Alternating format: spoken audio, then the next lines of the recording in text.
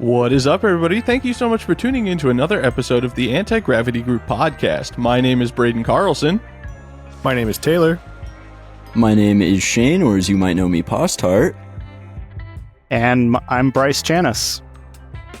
Another return visitor. That begs the question, who's going to be the first three-peat visitor of the Anti-Gravity Group podcast? Oh, wait, actually, we had talked about doing an episode with you and Amy at the same time. So you guys might actually both be the third persons. There we go.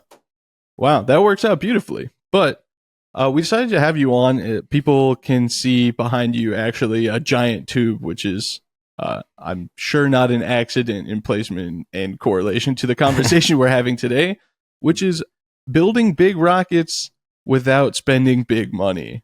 We did an episode where we talked about how much money we spent building the 12-inch Punisher, and it hurt our feelings to have to look that back over. So the Arcus costs a whole lot less, and Taylor has broken that down for us. But we wanted to have you on, Bryce, because you're sort of the outstanding king of building giant rockets for cheap. So we're going to get into a bunch of insights from you, but first, we actually have fan mail. So we're going to dip into these for a moment, if you don't mind, Bryce.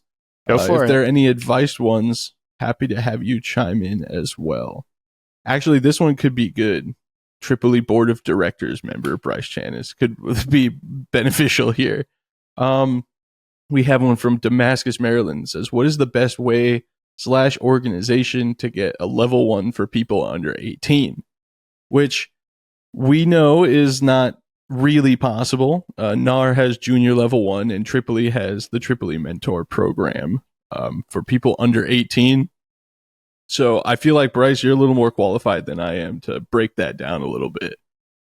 Yeah, they both, do similar things in helping allow younger flyers the opportunity to fly high power rockets. And generally, in both situations, you're really relying on a current high power member to either be your mentor or otherwise kind of a support and assist. And some of that comes down to legal rules and requirements, right? Handling high power motors requires you to be over the age of 18.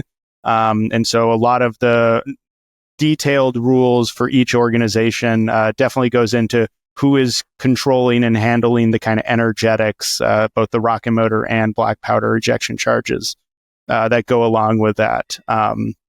I don't know if you guys have a preference for either one. What I usually recommend to folks is if your club is an R club, do the NAR program. If your club's a Tripoli club, do the Tripoli program. At the end of the day, you're going to have a bunch of fun flying big and fun rockets, and it doesn't make a huge difference to me in either organization. And you definitely don't want to pick an organization just to find out, oh, I joined Tripoli, but I don't have a Tripoli prefecture near me, or I joined NAR and I don't have a NAR chapter near me, or vice versa. So. Yeah, I get asked that a lot, actually, too, NAR versus Tripoli, and barring research motors, effectively, you're getting the same thing. So I've actually never had a NAR membership, but that was purely because Shane and I grew up in Idaho, and all we had was a Tripoli prefecture. We didn't have a NAR club. So, yeah, that's a perfect, well-rounded answer. Thank you. Yeah, no problem. And like you said, the big difference is when you become an over 18 member of the organization does allow for research in the Tripoli realm. But under the age of 18, you're still pretty restricted. You're not going to be kind of mixing P motors in your backyard as a 15-year-old, right? So find a mentor, help them out, offer to come over and clean mixing bowls, and if you're really interested in EX, that's the route to go. Don't focus so heavily on the which organization you have to be a part of. Yeah, and actually that's a great little plug for a past podcast episode we did with you. If you want to find out more about getting into mixing your own rocket motor propellant, then check out our previous episode with Bryce. I wish I knew the number offhand. That would have been great info to have, but it is something I believe is just titled Making Your Own Rocket Motors with Bryce Chanes. So there you go. And while we're bringing everything full circle, let's remind everybody one more time that it is Chanes, not Chanes. It is Chanes. That's it. All right. And our last little bit of fan mail here is from Overland Park, Kansas. Oh, it's Zero G Prince again. He's written it a few times. He says, referring to last week's episode when we were talking about an upscale Pringles can rocket. If you end up doing a giant Pringles can rocket, you should fly it on a metal storm motor or motors to make it seem like the crumbs are flying out of the can. I like that. Oh, that's good. There you go.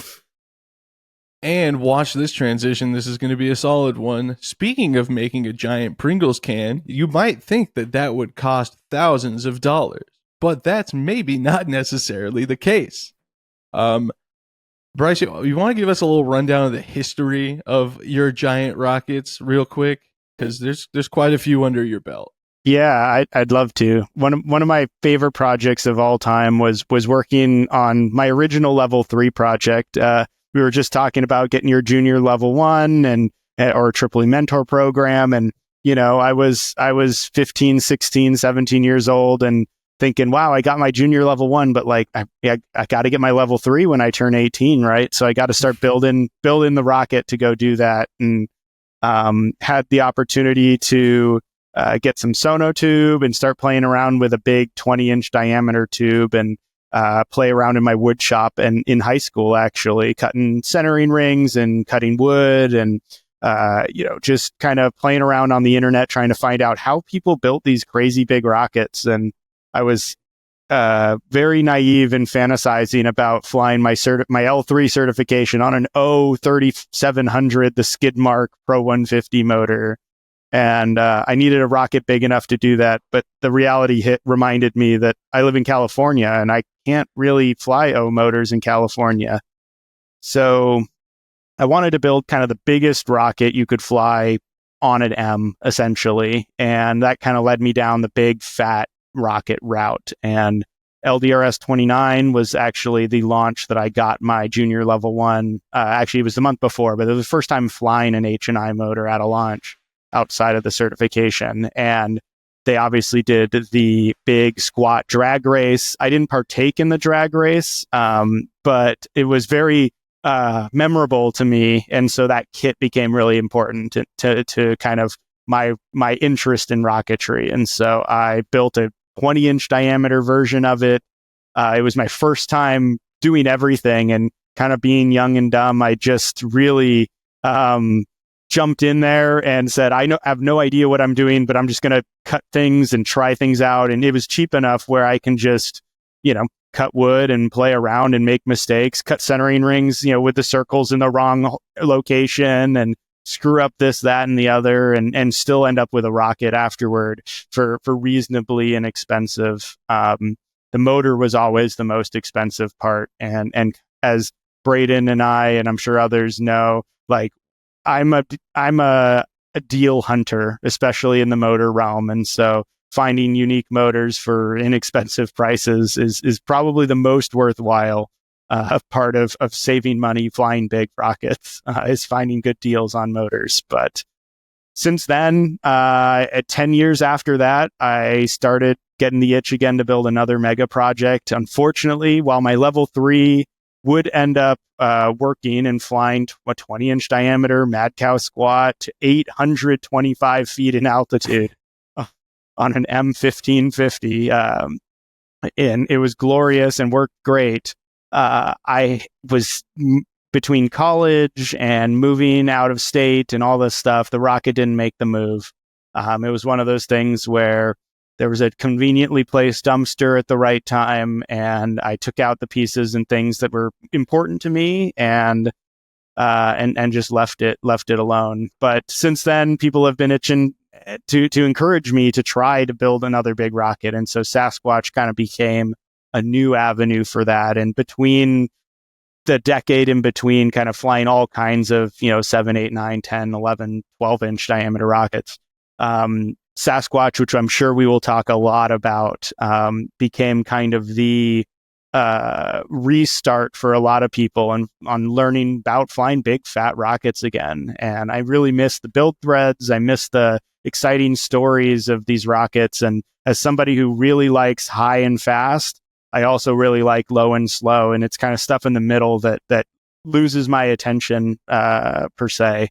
And so I think it's really fun, and it can be really rewarding, and it's not as easy as building a kit as we're going to talk about today, but it can be a really great way to up your skills in all kinds of fabrication. And so if you're somebody who loves working with your hands and like picking up a kit and like building the parts is the fun part, then certainly SaSQUATch building a big fat rocket is going to be a whole bunch of fun and teach you a whole bunch of skills that you didn't know you could learn. Yeah, definitely. I think there's a lot of people that don't realize that the 24-inch SaSQUATch was the second coming, but for those of us that were there, I was like, oh, he's actually going to do this again. That's insane. Yeah, and Taylor, a lot of lessons learned. You muted yourself, Braden. Now that Matt has joined us, Taylor, we're kind of outnumbered here because you and I did M1297s, but the other three have done or will do their level 3 on M1550s. Look at that. What are the odds, actually? That's kind of crazy. There's so many M motors. Well, and the best part for me is I showed up to the day of my L3 with an M1297. And if you thought my level 3 was going to be low and slow on the, what would be the M1550, the L12, or sorry, there you go, the M1297 would have been probably disastrous. Who knows for certain? I think a 450-foot L3 could have potentially been the outcome. Had a now very good Rocketeer friend of mine. We were sharing L3CCs that day, and my L3CC said, "Hey, like this other guy who's doing his cert, he's really nervous that his motor's too powerful and is going to be, too big for his rocket. You're way on the wrong other end of that. What do you guys think about switching motors?" And it was like a match made in heaven. My M1297 went over to Mike. Mike did his L3 on the same rack that I did my L3 on the M1550, but it was not a motor I had even remotely considered. I was looking for 3-to-1 thrust to weight as per the requirements, and a motor that I bought, for a price that I could afford at the time. Man, the prices of those days were... I've brought it up on the podcast before, but my dad and I both got our M1297s for our level 3s at the same time. This wasn't even that long ago. I did my level 3 finally in, 2022, Taylor? Was that what year it was? I think so, yeah. The M1297s that my dad and I bought on sale were like 189 or 192 a piece or something like that. Oh, the days of yore. But speaking of pricing, what I'd like to do before we dive into your pricing and suggestions, Bryce, is I would like Taylor to go over what we spent building the Arcus, because this for us was a ridiculously cheap rocket, but knowing you, I feel like... Not compared to Bryce cheap, though. Yeah, I feel like you're gonna out limbo us for sure. So if you want to give us that rundown, Taylor, that'd be great. It's difficult because we had a lot of this stuff, right? So I tried to sort of factor in like how much of that's consumables we used and whatever. So it makes it a lot easier when you have a ton of consumables that you've just had on hand and gathered for years and that you put together. But we got the 9-inch tubes from Ken Allen. I think they were like $65 a piece. So we're at $130. And then it was a foam nose cone that we glassed. So, I used one sheet of foam from Home Depot. I think it's about $20 for the 1-inch, I believe. And then the plywood was actually free because it got put on a builder's account. So the hesitation and change of that sentence. If you're in the construction industry and you have somewhere you can hide that cost, then go ahead. It wasn't my idea, actually, so it just worked out that way, that we needed material for something else, and it got tacked on. So it would have been probably $50 worth of Baltic birch, but and I don't know. I just guessed and said probably $20 to $50 of miscellaneous BS hardware, and epoxy and that sort of thing, and we bought brand new shot cord. We didn't really. There's ways we could have reused different things, but we just we bought a bunch of 1-inch tubular nylon for it. So that's not really that was to fly the rocket, right? So not like structure, but so we spent all in $500, but the structure of the rocket was probably like $350, which is compared to the Punisher a great compared deal. to the Punisher, yes. And then we immediately stepped back on it being affordable by flying it on 9 motors at once. That's but, right. That's like we already talked about. The motors don't need to be a part of this conversation. So, what are your thoughts there, Bryce? And how bad have you beat us? Well, it does come down to step one is determining what costs do you consider part of that project, right? I always kind of think in 3 steps when I start planning a big project. The first step is what materials do I already have that are, that I would love to use, whether that's scrap material from a previous, project, whether it's rocket related or not.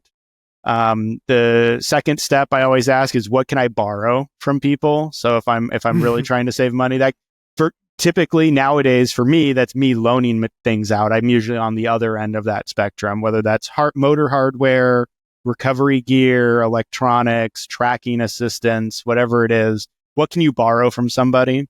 And then the third is where can you buy used material or secondhand material from? And that I think is for me been the key as of lately, especially when the internet has really allowed anybody to put their trash on the internet. And I am not afraid of taking somebody's trash and turning it into a rocket. And so, because especially when you get to rockets of outrageous size, the difference between that, 9-ply, beautiful, Baltic birch plywood and like that Home Depot stuff you don't really want to tell your friends you bought. To me, it doesn't make a big difference. While we are still building high performance rockets here, the high performance is really in the cost aspect and not necessarily in the flight envelope. And I think people are always surprised to know that you can, fly wood, glue, cardboard and plywood, supersonic, on 3-inch and 4-inch rockets without too much extra work. And so the same goes for, 24-inch diameter rockets. You want to find, hey, who's the construction supply store that's got cutoffs of material? It comes in 20-foot sticks or 12-foot sticks. Who's got 4 feet of it that, they're willing to let go, for nickels on the dime. And, I think the other thing too is just recognizing that when you use materials that aren't specific to our hobby, they're going to be a lot cheaper. The construction guys are not paying lock tube prices for sonotube, right? The really interesting, I always remind people when they say, oh my gosh, SaSQUATch must have been really expensive to build. I tell them, the body tube cost per foot was less than 4-inch lock paper tube. It's $8 a foot to buy 24-inch sonotube. And so because for them in the construction industry, it's a throwaway item. They use it, they pour concrete in it, they tear it apart and throw it away. It's not, it needs to be built as cheap and as single use as possible.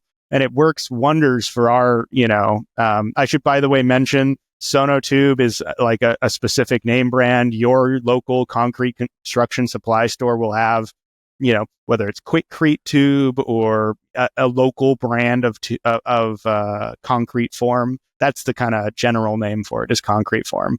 I put fiberglass over top. That adds cost, of course. I was lucky enough to purchase fiberglass at a bulk rate by an entire roll 10 years ago that I'm still working through for all of these projects. Epoxy, I think, is generally one of the most expensive items. Anything that is really specific to rockets tend to be expensive. a 98 millimeter motor mount tube, ask yourself if you need a tube itself, or can you just deal with a couple of centering rings holding your motor in? That's pretty common for 6 and 8 and 10-inch motors. And so you can do it with 4 if you want to get away from, but usually you have a scrap of 4-inch tube lying around, hopefully for a 98 millimeter motor mount. Electronics are reused. It really comes down to your creativity of how do you take the materials that you have access to and the skills that you have in terms of building and turn that into something that flies. It doesn't have to always look pretty. I'm sorry, Taylor and others that have given me shade over the years for my less than immaculate paint jobs and surface finishes.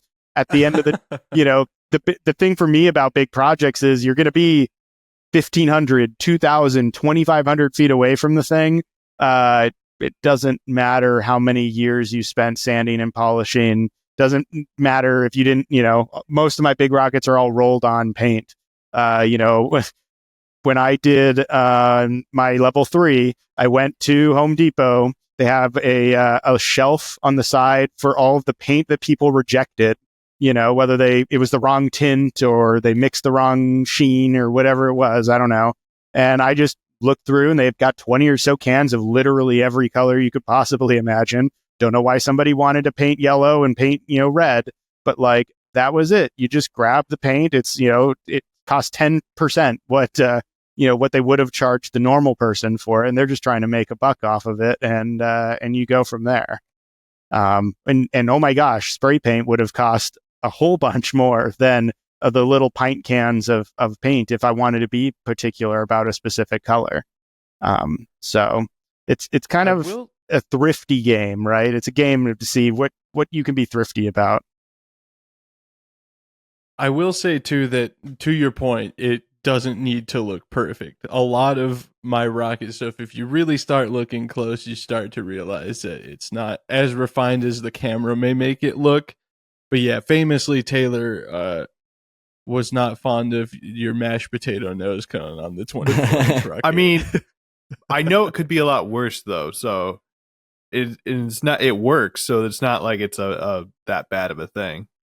We're kind of making it sound like there's animosity here. There wasn't. But, no. I mean, it's a different mentality, right? It's just a form over function, and I just need it to work. And if the worst criticism I get is the rocket looks ugly, then the good news is I didn't build it for them anyway. It's for me. I built it the way I wanted to build it, and I just want to fly big, cool things, and I think inspire people who are better than me at building big, cool things. Like I am no master craftsman. I don't think I will never probably be called a master craftsman. But what I can hopefully do is build things good enough structurally to survive the kinds of flights that we're generally talking toward. I actually did. You mentioned flying supersonic with 3 and 4-inch cardboard and plywood rockets. I wanted to give a quick shout out to Path Touch 1. He's got a YouTube channel. He makes videos about rockets, but he just did a 2.5 or 2.6 inch Estes Pro Series 2 rocket where all he did was line it with like couplers and did 1/4 inch plywood fins instead. And he flew it on a K535 and it went like Mach 1.4.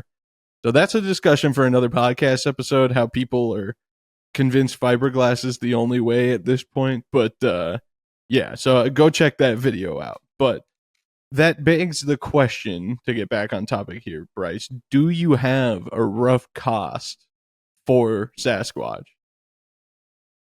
So I wish I had a perfect number to tell you. I think the real number outside of the motor cost would surprise a lot of people. It seriously cost under probably $300 in material to build that rocket. You got to keep in mind though, right? I'm not including a parachute that I've owned for a decade and use on lots of projects. It's not electronics, right? The motor mount, ironically, we don't have to mention this a whole bunch, but the motor mount was actually a like special 6.33 inch fiberglass tube that was originally made to hold like the Cicerone Pro 150 motors that I had bought from Tim Lair, like when I built my first level 3. In fact, it was the only part of my level 3 that made it actually into the SaSQUATch project. It would have been expensive to buy, today, and would have been, and was for my level 3, the single most expensive part of the vehicle. But the foam to put the nose in the nose cone to kind of be a hot wire cut around, and we can talk more about that, was I went on Facebook Marketplace and said, who's got foam? Hey, there was somebody, 2 streets over with like a giant stack of foam in their front yard. And they said, free, take it away. So I grabbed all the foam I could and grabbed away there. Plywood, same thing. People come up all the time with scrap material and, hey, I bought 3 sheets, but I really only needed 2. I did a big workshop remodel here. Some of the cabinets are in the screen video here, some of the tabletops and whatnot. I bought from Home Depot a truckload of material, and as part of the dunnage, essentially, they throw a few scrap sheets of plywood on top and on bottom because, they're going to get damage from the ratchet straps and the rain and whatever the case may be. And so that material was functionally free. It wasn't necessarily planned to buy 4 rockets. It was just the material sitting in the corner of the workshop. And that made centering rings, that made bulkheads. The interior structure, if you saw how I made the recovery section, there's a piece of 12-inch PML tube and coupler. You guys know very well that stuff's not cheap, but it can be if somebody is getting rid of a bunch of material that happens to be small offcuts of material. And so, the all-up cost was really, I bought a gallon of epoxy, and really went to town on the material that I already owned. And that's really, about it. The body tube, as I already mentioned, it was, let me think, it is 6 feet, I think correctly, 6 feet of body tube. And I paid less than $60 for it. It's, it was more annoying for me to find a vehicle to haul the tube around than it was, at the end of the day, for me at least, the big rockets, and this is something for others to keep in mind, how do you move these things around? And this is a good topic, but I've got a trailer, luckily, that I can throw stuff around in, whether it's going to Wisconsin or California or wherever. Gas is going to cost more than the cost of a rocket these days. And that's just the reality. Yeah, that's, we routinely driving from Southern California to Kansas City run into that fairly frequently. Fortunately, well, you actually had me beat in the OG days with the fuel economy in the hatchback form, the Insight, but the Fiesta does pretty dang good. Although the mileage is getting way up there, so I'm a little more hesitant to be taking on these long road trips. It just got a new timing belt though, so again, a discussion for another time. But you mentioned a hot wire, which is also how we cut the nose cone for the Arcus, which I think is a good sort of transition into some of the questions we got on Patreon, as well as in the Patreon supporters Discord. So if you want to be a part of this whole discussion, check out patreon.com/rocketflux. The Discord is behind the paywall, sorry, but the podcast discussions are completely free. You just have to make a free account on Patreon. But we actually are going to start with one in the Discord because it kind of ties into the discussion of transporting a big rocket. And this is not something that we've touched on, but you have in removable fins. And the question comes from Dayboy and says, how do you attach large fins when doing very large projects? And what size do you stop using fillets and go with fins that have internal structures or fins that can detach for transit? Yeah, I mean, for me, the obvious answer is if it doesn't fit out the door, it's got to have removable fins. It's a good rule of thumb. There's a famous project up here in the Pacific Northwest, and I'm not even going to try to remember the name of, but it had like 12 fins of very small span, specifically so that it can fit inside a car or out through a normal, doorway, right?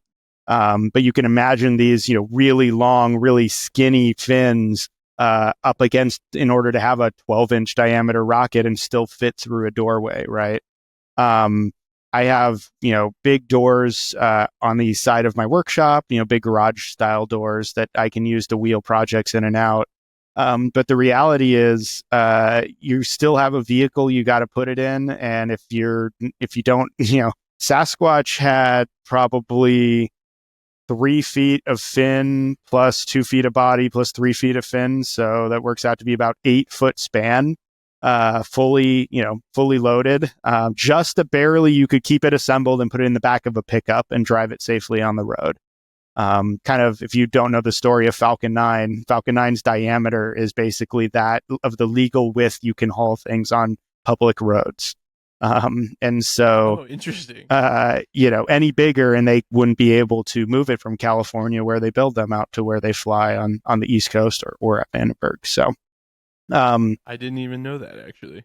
Yeah. So, it's kind of thinking about that. In fact, the body tube behind me here is 30 inches. It's the largest project I've ever attempted. And, I'm leading a group here in the Seattle area to build this project. And it's 30 inches in diameter. And the first thing I did when I signed up for this project was I measured my doorways to make sure that I can fit it through. There's some standard door. If you look up standard doorway width, they range from 28 to 32. It turns out I've got 32-inch doors. So 30-inch isn't a problem to fit through the doors easily. But it is a big, big tube. And we'll talk a little bit later. I think one of my favorite questions coming up is going to be like, how big is like big enough for one person? And I have a good answer to that. But storage and transport, storage you'll never get away from. These rockets are big. You're going to have to find a way to store them. If you're lucky, like I am, the second room of the workshop here, I have a covered area with an attic. And unfortunately, 24-inch does not fit in the attic. In fact, 18 barely fits in through the attic. But in the other area of the workshop, I've got kind of a high sloping roof. And so I can actually use kayak racks to hoist the rockets all the way up to the ceiling. And that's where I keep all the big diameter projects when they're not flying or getting prepped to fly. So storage is important. Transport is the most important. You've got to think from day one, how am I getting this rocket out the door and into a car and out to the range? And if you don't already have a car, you better make friends with somebody who does. I've got a silly situation. I own a trailer, but I don't own a vehicle to tow said trailer. So whether those are Turo vehicles or your best friend stopping by, you want to make sure you've got a good network of people to help bring the rocket out to the range.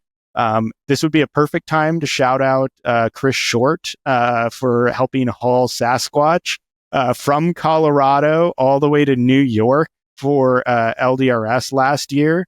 That was game-changing for making that flight happen. As well as a shout out to Robert DeHate and John DeMar for helping with the motor situation there. Mark Clark and Robin helped transport. And anyway, sorry, big projects have big money and big people to thank for them because you guys know, it takes a team to help make all of these projects happen. So identifying your team, we talked about how you put fins on rockets, right? You got to make them removable. That's really unusual. No kit that I know of really has removable fins. So the way I've kind of done it, and I've tried to, I will suggest people go look at the build threads on Rocketry Forum for SaSQUATch, as well as maybe my level 3. I think the thread is called Squat-O-Mania. But I cringe because that was seriously like high school Bryce. Not that 30-year-old Bryce is any better, but I can at least cringe back then, and I can't cringe at myself right now. And so when I built that, I kind of used aluminum L bracket essentially. So just extruded L channel where one side either gets bolted. I used rivets for my first project. I used epoxy and bolts for SaSQUATch to kind of hold a channel in to basically be along the fillet line. And then bolts go in through the fin to sandwich that together. And then the real key is doing it along the centering rings as well. So if you've ever used like a dadoed centering ring with a slot cut in it, you can slide those fins inside. You kind of want to create exactly that scenario for your fin. And that's what's going to prevent the fin from moving back and forth.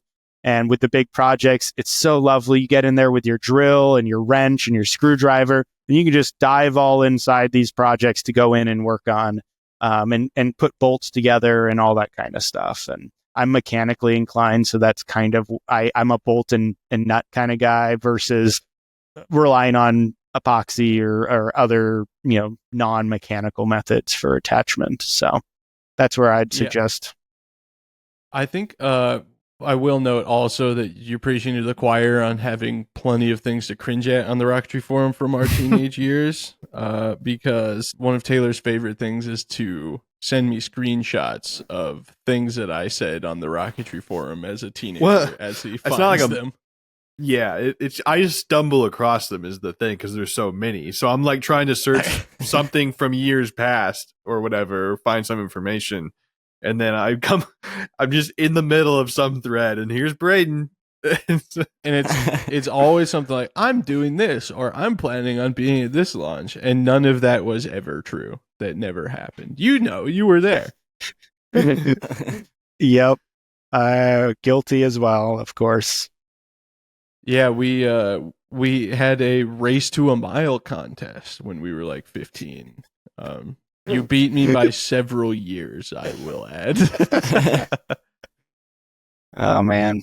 That was actually the rocket I was thinking about when I said building a cardboard and plywood rocket, supersonic. That was one of my first supersonic flights.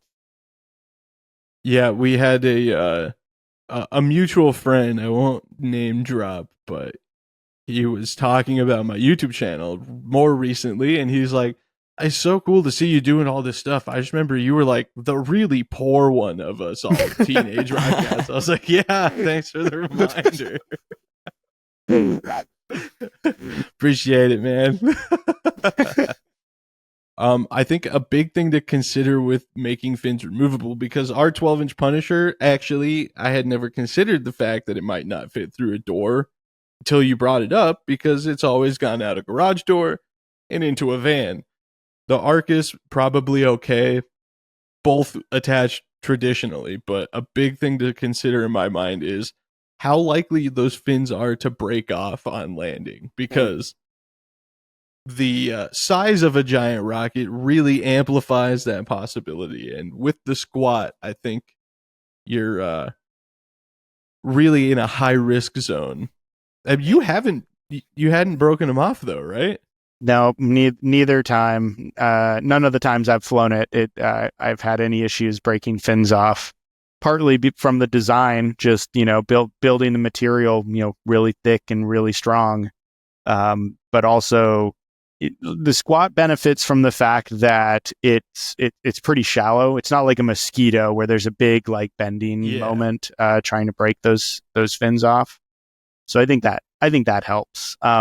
I will want to make sure people mention, what looks like aluminum L but is not aluminum L is piano hinge. Piano hinge does not count as like a rigid attachment to your body. It sounds silly because all of us know exactly what project probably we're thinking of. If you remember a very prominent project at LDRS 29 that used piano hinge as its fin attachments. And promptly, wagged fins off at high speed. So keep that in mind. And aluminum angle is super, super cheap. It's not super expensive. And so you can go out, grab that and a bucket of bolts and you're good to go. I actually don't remember what project you're referring to, but we'll talk about that later.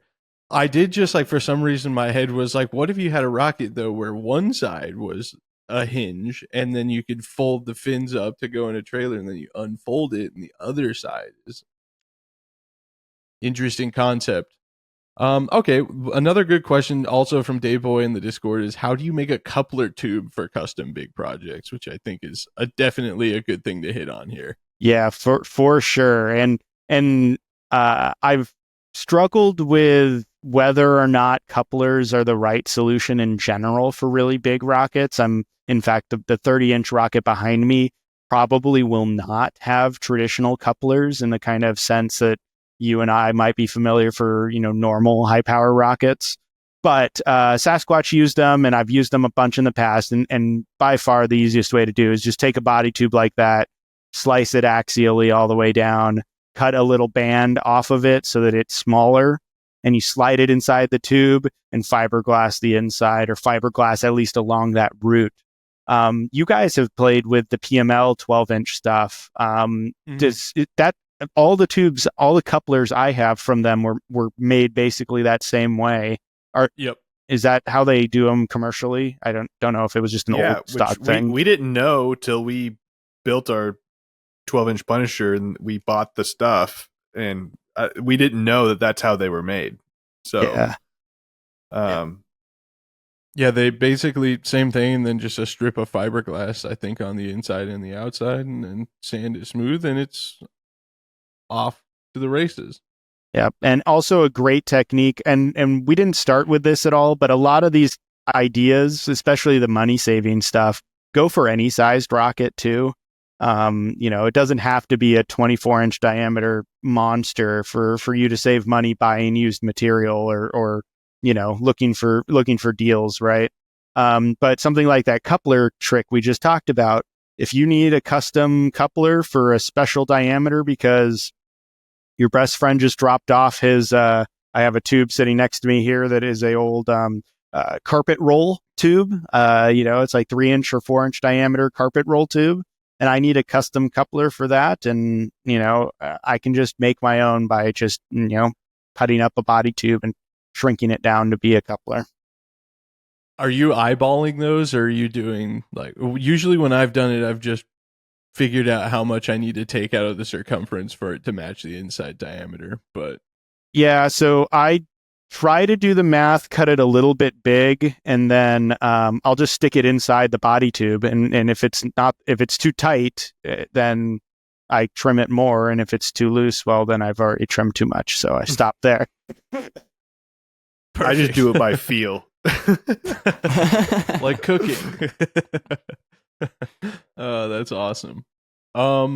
Let's touch on, we'll keep reading through the Day Boy ones because you said you had a good answer for this one. What is the largest size rocket one person can feasibly do solo? And in my opinion, it's a lot smaller than you might like to think. To go 100%, like my V2, my 8-inch V2, I don't think without assistance that rocket could fly. Granted, it's heavy because it's all fiberglass, but where do you stand on this? Yeah, I guess part of the question is, are we including some of the launch day stuff, right?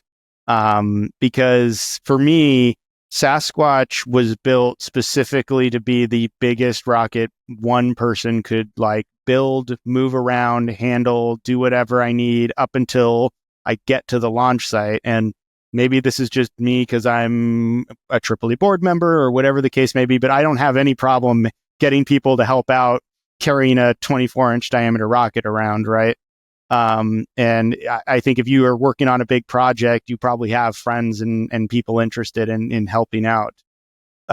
So for me, 24-inch diameter, that's about as big a tube as you could possibly just carry. In fact, I almost couldn't get this 30-inch tube up on the table the way it is by myself, just because even though it's small, it's less than 4 feet long. But it is just physically too big. You can't grab it anywhere very easily at the moment. And so 30 inches too big. 24 is about as big as my 5'6" body can just reach around and hug. And those parts were 6 feet tall. They were designed for that. The heaviest part was the short section of the nose cone, which was about 50 pounds. And so that's about the limit for me. One person, I can at a launch assemble the vehicle, get it assembled and prepped, but I needed people to get it from the assembly table onto the launch rail. If you're talking one person on the launch rail, you're right. It's probably a lot smaller than that and is probably in the 8-inch to 7.5-inch range, depending on your comfortability. But even then, I don't like putting high power rockets on rails by myself. They're just hard. You're holding them in a way that just doesn't let you see what you need to see putting them on a rail. So yeah, that's about it. All right. Well, that's an interesting answer because we've interpreted that very differently. But yeah, that is. And, I mean, I wouldn't. And not to say that I didn't like your help, Brett, by the way, Braden, on fiberglassing that body tube. But that was the only time somebody other than me touched the rocket during construction. That was the only other help. I shout out to my very patient and loving wife for doing the paint job. That was 100% her on SaSQUATch. And other than that, it was, fully built and assembled and epoxied and cut and sanded and fiberglassed outside of the body tube, by myself. And so that was part of that project, was just pushing myself to see what is the answer to that question. How big can you build if you're just one person in a garage? And to me, the answer is a 24-inch or smaller rocket with body tube sections that are 6 foot or smaller. I didn't even know that I was the only one. That's when we trademarked Blelo. I actually stole that from Malcolm in the Middle, but yeah, that's honestly, I keep thinking about making a second channel called Vlog It Rogs, where I just post like nonsense like that, because the live stream is still available to me on the back end of YouTube. It'd be kind of fun to cut up some pieces of that and just have a place to put all of this behind the scenes and just kind of otherwise unused footage. But this is actually an interesting one as well, as he's asking where you find ball bearing rail guides. But I'm curious what you do for rail guides. I know you have a pad, so that sort of limits you there to some extent. But the 12-inch Punisher does use Unistrut rail buttons. But a lot of people are kind of surprised to find out that the Arcus we fly on 1515. Taylor found some 1515 buttons that use quarter 20 hardware. And I'm of the opinion that the hardware holding the rail buttons and how they're mounted is much more significant than the size of the rail button. And we don't need to talk about what happens when rail buttons come off of rockets. Recently, I ran into that.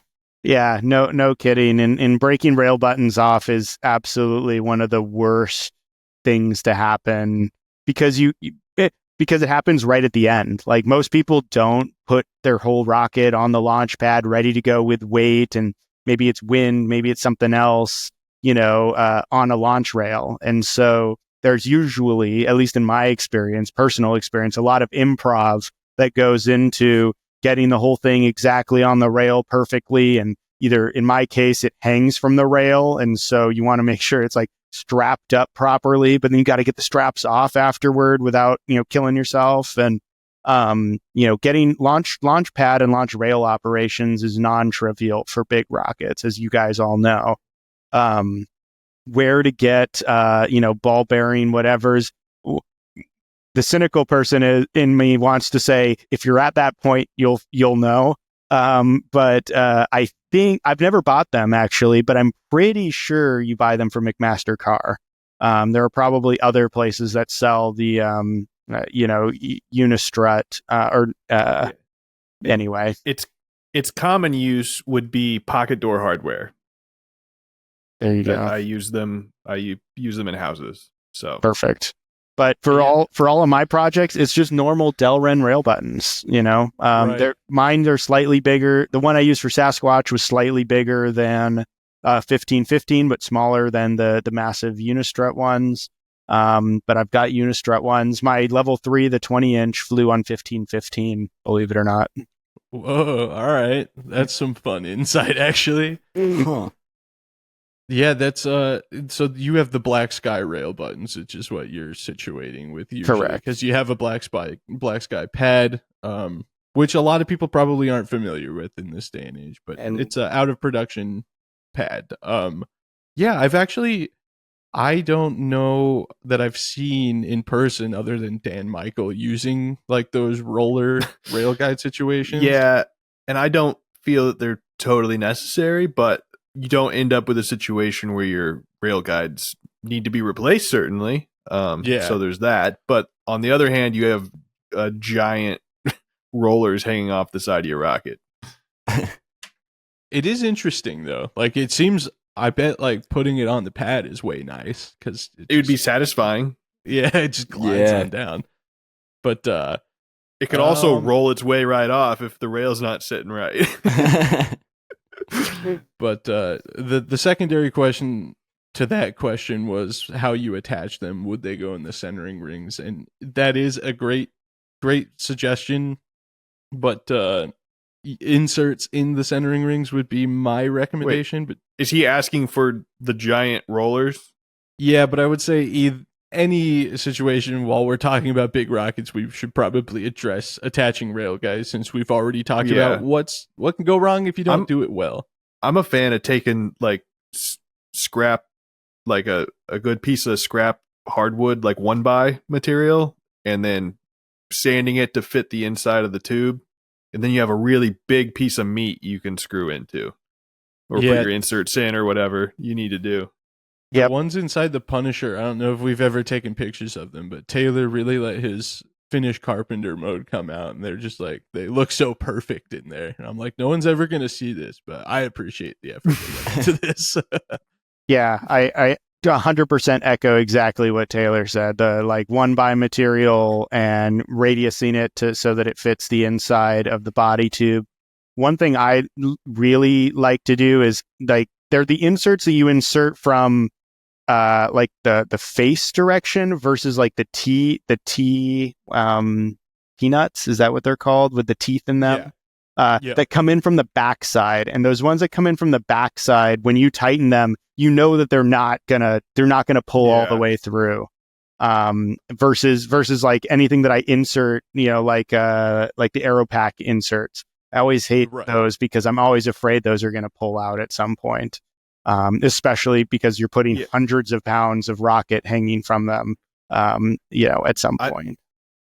I don't know. I'm assuming what you're talking about is similar to what I've used, but I found the like super coarse thread that you drive in with like an Allen key. Mm-hmm. And so you can really, like, they would never come out. I like those a lot, but yeah, I mean, for something of this scale, having a proper backing is great, and to sort of align it with Bryce's suggestion, finding free pieces, that is like the perfect thing to just find at like inside the dumpster at a construction site is just insert the gif of the dad that finally is like, oh, I know where I'm going to use this piece. Yeah. This I've been saving forever.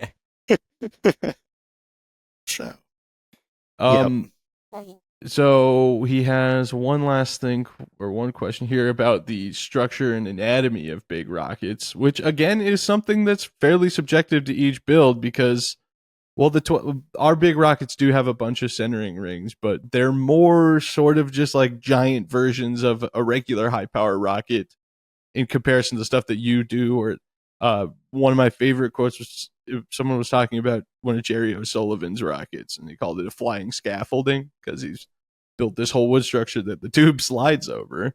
And but his primary question there is it worth building for, say, a 6-inch center and adapting down, or just stick with 98? Well, that's a forever question any Rocketeer knows the answer to, right? You always put a bigger motor mount in it, and you can always adapt down. The question of internal structure, though, is definitely one that I think is the most unknown for people interested in trying to fly big rockets, because I think there's no right answer, but everybody who's ever built a big rocket will try to convince you that their way was very well thought out, and it's definitely the right way to do it. And what I can tell you is from what I've built, SaSQUATch had a body tube that was built exactly like a level 1 kit. There was, from the body tube with 2 centering rings with a motor mount tube. There, the only difference was the fin attachments that we've already talked about. There's an Aeropack adapter on the back end. Like, it was the same as any high power rocket. Then you came to the nose cone, and the nose cone was built more akin to that flying scaffolding approach, where there was a central spine, and then it had what you would, if you're Googling, ribs and stringers. That's the aircraft terminology for it. And if you've ever seen an airplane, they're going to have, a central piece There's going to be, a whole bunch of ribs as you go through, and then these long stringers that go across. And so that was how I chose to build it. And then I filled in all the area with foam and then fiberglass on top of that. But the structure was primarily 1/4-inch plywood that had been cut into, ribs and stringers that kind of, nested into one another to kind of form the shape and body of the vehicle. And you can do that for certain. What a lot of people will tell you is that if the body tube is not strong enough to be the structure, then you have to build a structure inside of the body tube, right? And because of the rockets I'm building are reasonably short, and I'm using SaSQUATch, which is particularly strong and quite thick. It's over 1/4-inch thick in the sizes we're talking about. And I'm fiberglassing them. The body can do the same job that a rocket would. In an airplane, the skin doesn't do anything other than just look good and be in aerodynamic shape. And so one of the other questions we'll get to in a little bit is, how do you build these rockets really light? And part of the way you build them really light is you ditch the heavy sonotube. Just because it's cheap doesn't mean that it's not heavy and the perfect material. And if you're trying to save money on the motor side, you're going to go to much lighter solutions than you are with sonotube. We did a project last year where I used sonotube as the form. So we did Mylar over top of the sonotube, put fiberglass over top of that, and we were able to pull a fiberglass tube directly off the sonotube in order to form, in that case, it was really thin, really lightweight skin. It was not structural. It was supported by other things. Those who know the project are going to laugh and say, well, yeah, but didn't it flutter and fly off during flight? It did, but it wasn't part of the structure of the vehicle. And in fact, we didn't know that it had completely failed during flight until we got the rocket back and found that there was a 20-inch tube missing. So I was going to say, that kind of proves that it wasn't structural, right? Right. It ultimately served its purpose. Well, for a minute, but it didn't affect it adversely. Yep. Yeah, that's actually, I saw that comment or that question. I was kind of excited to talk about it because Postard and I have talked about like pushing the limits of how big of a rocket you can fly Class 1.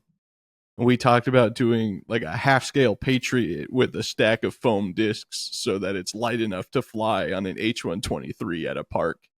There's definitely, we could go on for a whole nother podcast worth of ways that you could make a big rocket light, but yeah, it's definitely a starting point is what motors you have or can afford or plan on using to decide where the corners are going to get cut, but where the shaving is going to start. All right. We're actually out of the Discord now and onto Patreon, and this is going to be an interesting one. I'm curious if there's an answer for this. I know, Bryce, that you are a Facebook Marketplace hunter. So, my favorite, if I can make a quick detour here, was right after you moved to the house that you're currently in. I drove up there from Idaho. And one of the first things you asked when I got there was if I thought a big TV could fit in my car, because you had found a TV for really cheap or free on Facebook Marketplace. So Jack Pullman asks, Facebook Marketplace can be a treasure trove of cheap and or low cost rocket components. What's your craziest Facebook find that became a rocket part? Oh, man. I'm currently really feeling good about this stack of foam. If you've ever been to Home Depot nowadays to look at like what 1 and 2 inch like insulation foam costs, it's outrageously expensive. Just outrageous in the quantities that I was using in the project. So I was really happy to find a bunch of free foam that I have stacked up next to me. Oh man, is there a particularly good find beyond that? My mixer didn't come from Facebook Marketplace. My current mixer didn't come from Facebook Marketplace, but that was a great opportunity to step up mixer sizes. But yeah, I'd have to look around and see. But I just got, this was a great addition last week. Sorry, we're like Bryce's junk room now. So these are like 40-inch shop stools.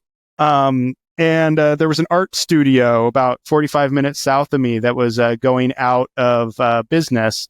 And there's a stack of them here. I bought 10 of them for $70. So they were like $7 each. And now I have enough chairs for, the people who come over and do workshop projects. In fact, I luckily haven't had to mention it as an excuse, but I've got people here right now using the shop and cutting things and working on rockets. They're cutting up grains and doing motor stuff in the room next door to me. But the shop is kind of always in use by lots and lots of people, whether that's kids doing art projects or whether that's adults doing rocket stuff or everything in between. So. Yeah, I have to say, when the first time I left your house, I felt very influenced, and still to this day, I'm like, when I'm about to buy something, I'm like, I bet I can find somebody that has it already and doesn't want it. But usually, I'm not patient enough. The key is being patient. Yeah, that's my problem. I'm like, The man, I don't have the patience to deal with it, but that's just a personal issue. The stools, Shane, we got to keep eyes peeled for that exact kind of a deal. Because as I was just working on vinyl for my top secret project that Taylor's not allowed to know about, but I was like on my knees, eye level with the desk so I could use both my hands efficiently. And I was like, I think we need chairs in here. It'd be actually great. This episode, you will have seen the secret project by now. So what'd you think of it? He was speechless. Blown away. He was speechless. Awesome. Be sure to get a video of that. There's a combo of two questions here I want to put into one from Jack Pullman again. This is defined big question mark, but Bob Schubert, it's Schubert. Says, I see people have used the concrete tube. Has anyone ever used the larger sizes, 16 inches or bigger? And do you have any big projects currently in the works? What are they? We already addressed the 30-inch rocket, and though I do know what it is, I would like for you to tell the people, because I'm super excited for that thing. I don't think I have the scale model in here anymore. We can blame Jack for that, actually. I think it's at his place. So it is a 30-inch, we're talking about the 30-inch project. It is a 30-inch diameter moonliner, TWA moonliner. For anybody who has grown up on the West Coast, or just really, if you've ever visited Disneyland, you know this as the rocket of Tomorrowland. Whether you were there on the day it opened in the 60s to modern day, there has been a giant 60, 70, 80, depending on which years you were there, moonliner rocket. Look up the TWA moonliner, and you'll know exactly what we're talking about. I was just gonna say that. Yeah, I think we have one here in Kansas City too. You do it, but it's just in TWA garb. Yeah, so it's the OG. Yeah, so at the TWA headquarters, right? And so, so in fact, the one that's on the building is the same size as the one we're flying. So which is a 1/3 scale of the one that is at Disneyland in front of Tomorrowland. They've got a Pizza Planet logo on the current one now. And it's a 1/3 scale model itself of the full size one that Warner von Braun and Walt Disney hypothesized would take people to the moon on, like, daily weekend trips to the moon kind of thing. And TWA actually sold tickets that you could reserve your spot in line to buy tickets on the moonliner to ride it to the moon back in the 60s. And that was kind of all the rage. So the group project here, 30 inches in diameter. We just kicked it off. We just got the body tube fiberglassed. We're really starting. There's a nose cone for my 12-inch diameter version, which is going to be sized to fit the PML, same size as the Punisher stuff. And so I'm building one, and then we built a bunch of 4-inch ones. I've got little parts around here for that. And it's going to be super cool. It's going to have a 6-inch motor mount. It's going to have an 8-inch motor mount, just in case we need to upsize the motor for this thing. But it'll probably fly on either an O or P, depending on final weight, during our region's biggest launch called Sod Blaster up during Labor Day weekend. And so, unfortunately, that means it's the same weekend as Airfest, which is what keeps me away from Airfest thus far. And so, yeah, it's going to be an awesome project. I think the coolest thing I'm really excited about is that I proposed the project. We voted on it as a group. So everybody in the club proposed projects. And I highly recommend anybody listening, if you've got a club, you should do a group project. Somebody mention something somewhere and say, hey, come over and meet at my garage. And even if you're all building level 1 kits or something, like do something for the community in your area. It's a total blast, and you learn a whole lot that way about just the people that you fly with. And so this 30-inch thing, if it flies on an O, it'll be the first O ever flown in the state of Washington. If it flies on a P, it'll be the first P ever flown in the state of Washington. And there will still be an O that has never been flown in the state of Washington. And so really looking forward to not just having that record, but just kind of that legacy of pushing this region into bigger and really exciting. There'll be experimental motors, of course. It'll be a bunch of fun. A red Sparky propellant that we're developing right now. So imagine kind of red line meets, metal storm, maybe something along those lines. We've got some development going on. It's going to be super duper fun and really exciting. And we've got a rocketry form build thread, just TWA Moonliner will take you right to it. And the whole goal for this project is to share with as many people as possible to really, again, just like you guys have done with the Punisher and I've done with SaSQUATch, is really show off like doing big group fun projects again. And we want to make every part of this process totally, publicly accessible. People can ask us questions. People can contribute if they can. It's just going to be a big, fun, club sponsored project up here. Yeah, and I think that is sort of one message I kind of wanted to put out in this podcast in general, is that we kind of just challenge anybody to build a big rocket. And it's not like for the sake of, competition. It's just that the reason Taylor and I initiated this whole thing with the 12-inch Punisher was because we grew up in a time where, Bryce, you were there too, when like this was a common thing. Big groups of people did huge projects, and it just kind of fell by the wayside. So we were like, well, why don't we do it then? So yeah, and it's, like we've talked about, there's a lot of issues to address. Bryce, you obviously have your shop, so that's a big plus up there. Posthart and me and Matt have found a really good way to handle it too, with the storage and moving and everything. It's make Taylor. He's so enthusiastic. It worked out great. He's so for enthusiastic us so about far. it, though. I love it's hard doing to not it. let him just do it. Yeah, it's just He makes us kits. He It's stores our stuff. Like, it's perfect. You Yeah, I've got rocket motors. glad at I his can house right contribute. now. But I didn't realize it was like specifically a TWA thing. It was just like in my head, the Disneyland rocket, and I had to Google it real quick because there's a TWA hotel in New York, which is it looks awesome. really cool. It's like the former TWA terminal or headquarters or something for that region, but it's a hotel now with a rooftop pool. And I just looked, but I'm bummed there's no Moonliner there as well. But there should be. It'd be pretty cool. Yeah, and TWA was just kind of a sponsor, the initial sponsor for a few years. Right. Douglas would go on to sponsor it for a number of years, and then Disney kind of nobody sponsored it after that, and it became kind of its own Disney thing. Coca-Cola kind of did a small support of it.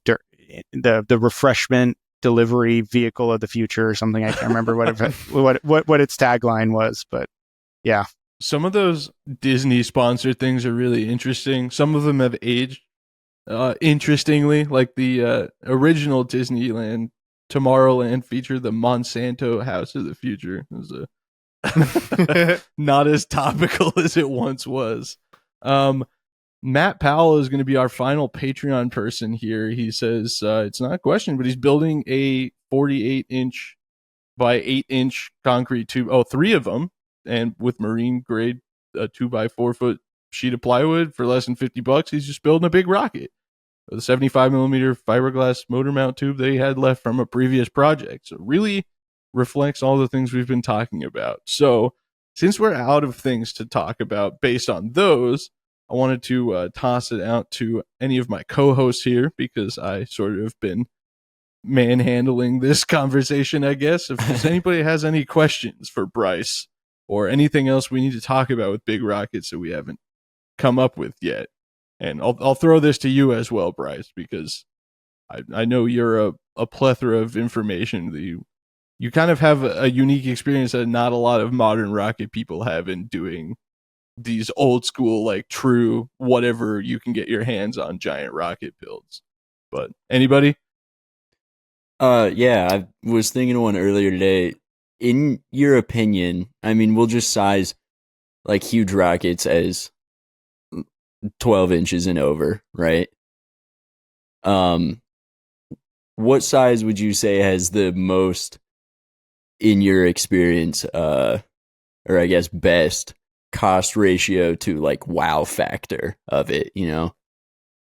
That's an interesting question, because I think it really comes down to primarily who and where you're flying with. You know, my club right now operates a low power field, and oh my goodness, when we bring a 4-inch diameter rocket out to our launch, like everybody stops. They're like, oh my gosh, the big rocket's gonna fly, right? And like, you go out to Airfest, right? And a 4-inch rocket probably doesn't really turn anybody's eyes unless it's got an O motor in it. It's hard to give a specific answer to that. I think 12-inch is a lovely size. It is big for pretty much everybody. Almost nobody has built a 12-inch rocket, but yet it is small enough that it is very, in my opinion, very manageable. And I know you guys fly a really long 12-inch rocket, so it's more akin to Porthos, right?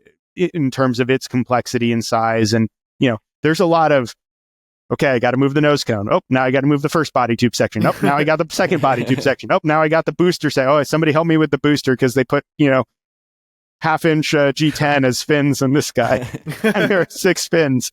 So I think that's a good size. 12-inch is something I think if anyone wants to build an impressive rocket, I don't think anyone will look at a 12-inch rocket and say, like whatever, I guess. It's still big. It's still really cool. The project I'm building here, the Moonliner, that's 12-inch diameter, is going to be at LDRS this year.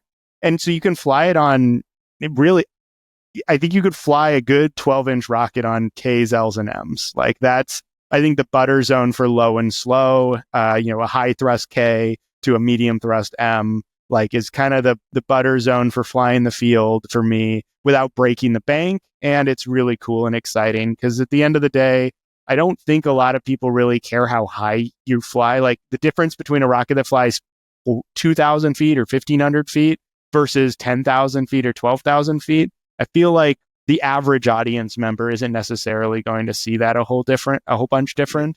And the motor to fly a 12-inch rocket 1,500 feet is very different than a 12-inch motor to fly a rocket 12,000 feet.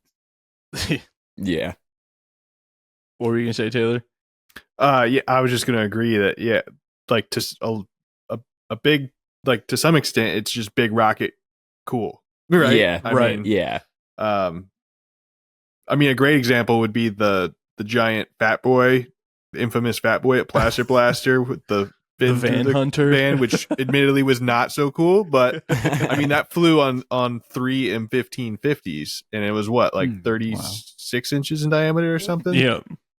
And it went like, I don't know what the final altitude was, but not very high, and it was super cool until it hit the van. But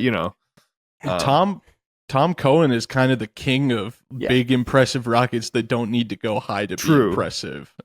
He has, I don't even know how many. I like to imagine he's just, there's like a big warehouse of. Yeah, does he must have like a barn, right? Yeah. Shout out to Tom Cohen. Like his projects just are absolutely inspirational for me to remember that you can fly low and slow safely. Because I think a lot of people, like Tom's flights are under 1,000 feet. Flying under 1,000 feet on a rocket that is on an M or N puts a lot of pressure on an RSO to determine whether or not that's safe to fly. Right. And Tom's really like single-handedly gone out and shown you can very reliably and very repeatably have very successful flights to under 1,000 feet. I don't know if an RSO would accept my level 3 again today. 800 feet on an M is ultra rare, is super rare. And, is a skill that you have to really, really be good at. And we haven't talked a lot about recovery system design here. Maybe that's another conversation for another time. But, these rockets are big and heavy, and it doesn't matter how slow you bring them back. They're going to damage anything they land on. Right. Because it's not just a matter of, the rule of thumb is 20 feet per second. So I'll just go ahead and bring my 350-pound rocket down at 20 feet per second. Like, that's cool. And honestly, that's really all I expect out of a flyer to go and do. But remember that when that 300-pound rocket comes down at 20 feet per second, it is going to cave in any car roof. It is going to go right through any trailer it lands on. It is going to hurt anybody that it gets in contact with. And so I do my part. Anybody who's been out with me at the pad knows, oh my gosh, you're going to angle that thing that far away? Yeah. 5 degrees looks like a hell of a lot when it is on a huge rocket.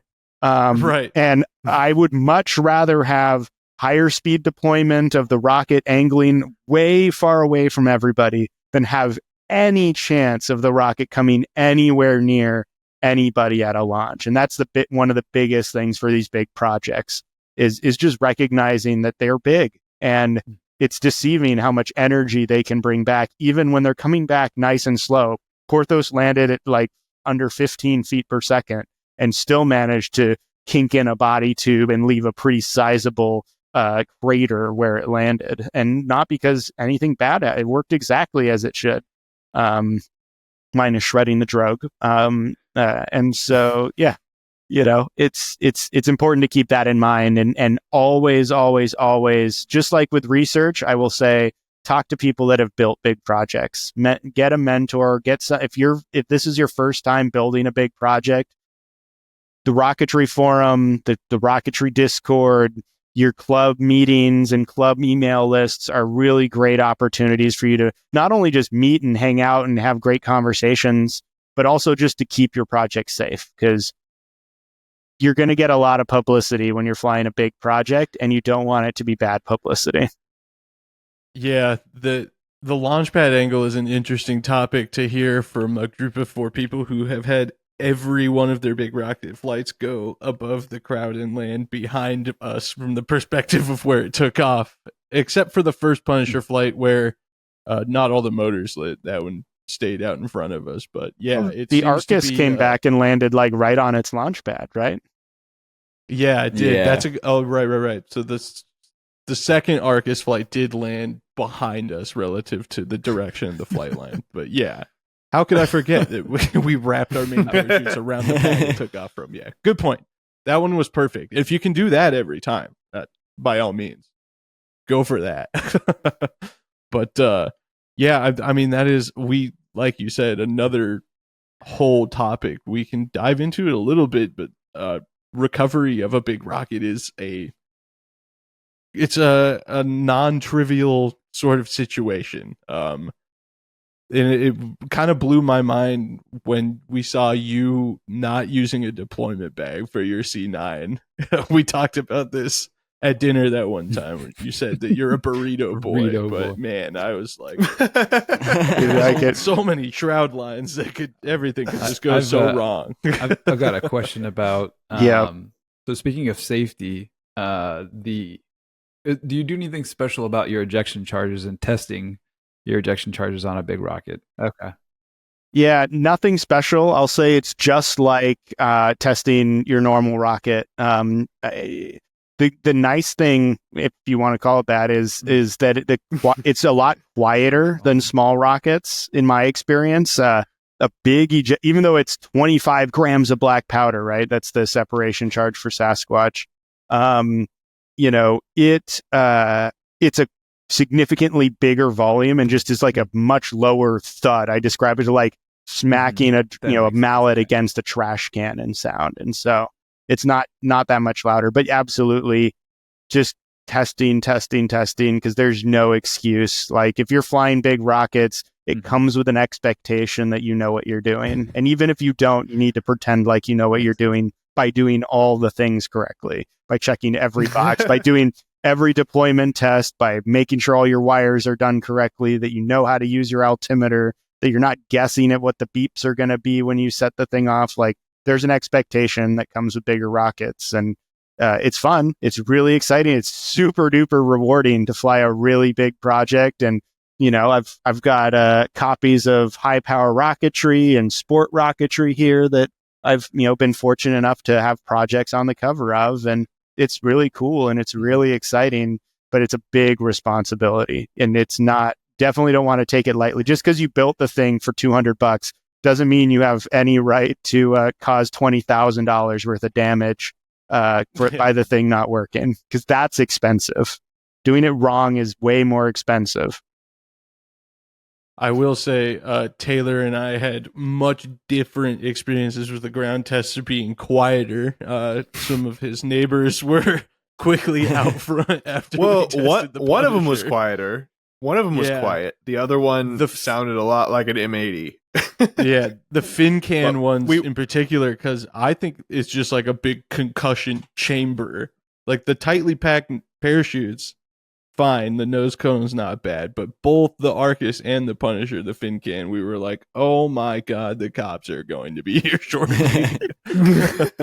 Fair enough. But yeah, I mean, it is like you said, it's at least pretend that you know what you're doing is really well reflective of us building the 12-inch Punisher, because Taylor and I had really sort of planned it out, and Taylor basically made a 12-inch Punisher kit, and Matt was, you know, a helping hand, but realistically, I think Matt thought we knew what we were doing more than we did at the time as well.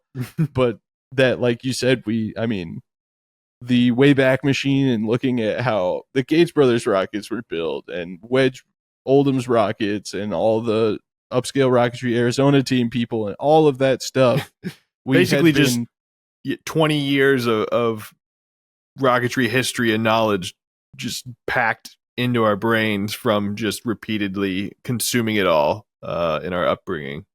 Well, and that a great example of us like thinking we had a good plan and then having to revisit it is the foam core fins, because we were like, this is great, it'll make it lighter. So we put, you know, there's the shape of the fin cut out of the core of the fin and replaced with foam, and then we did carbon fiber over that. And then we were like, wow, this is squishy under the carbon fiber. We had no plans to do tip-to-tip fiberglass on the fins initially, and then we did. And then on top of that, after that fiberglass dried, we could still like squish the foam. So like as you're watching the video, there's a progression of more composite being added to the fins that I didn't really address because it was never in the playbook. But we were constantly thinking about, okay, what could go wrong here? Or is this going to do good? Because we're demented enough to not only want a giant rocket, but a giant rocket that'll go 20,000 feet and Mach 1.5 if we want it to. So it is a whole nother level of consideration to have a big rocket that goes high and fast. But just in general, it is something that you really, like you said, have to sit down and understand.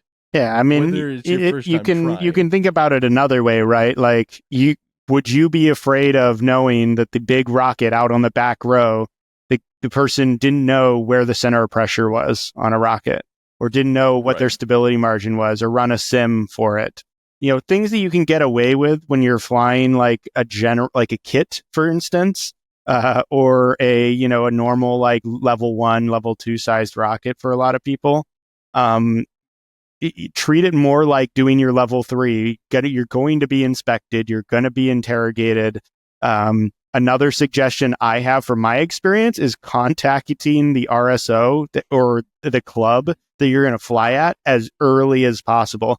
The president and vice president are very of the club that we are going to fly the 30-inch Moonliner at are very intimately aware that we are coming, that this is the project we're planning to bring, and that we're going to update them at least monthly on how the project is progressing, because showing up to a launch with a rocket literally an order of magnitude larger than any rocket that will be flown that weekend, is not really something you want to surprise a club with.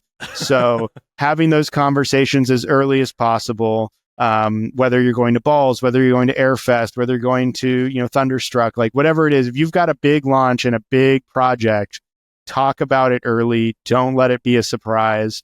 And keep in mind too, it doesn't have to be 24 or 30 inches to be the big rocket that people want to be aware of. If you're at all think, hey, this is kind of big, kind of unusual, talk to the club ahead of time.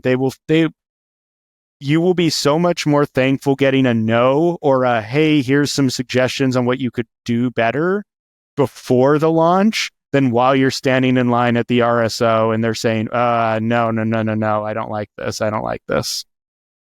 Yeah, admittedly, that's a bit of a shortcoming that we had with the 12-inch Punisher. The day we started posting about the build on the Rocktree forum was the day that Bob Brown and everybody else that ran Cloudbusters discovered that we had planned to fly it at their club. So fortunately, that conversation began there and they got to watch the build happen and get some comfort out of the way that we were doing things. But yeah, that's sound advice because it's advice we maybe should have heard before we started building a 12-inch rocket that weighs 200 pounds. But, well, I think this has been a pretty insightful discussion, but we've been going quite some time. So is anything else, Bryce, you really feel like you need to hit on for this episode? No, I don't think so. I'll just say, make sure you ask questions. If we didn't cover something in today's conversation, please make sure you throw a comment or a link. I'm easy to get a hold of on pretty much every form of internet communication imaginable, including like ham radio. So and smoke signals. So let me know how I can be helpful to your projects. Answering questions is what I spend most of my time now doing. And so, yeah, I just want to make sure people know that they can keep asking questions, that the discussion doesn't have to end right now. Yeah, and I mean, feel free to send questions to us. You can do so by sending an email to contact@aggpodcast.com. If you're listening other than on YouTube, just any podcasting platform, there's a link in the description where you can send us a text and it'll come to the fan mail that we described at the beginning of the episode. You can leave comments on YouTube.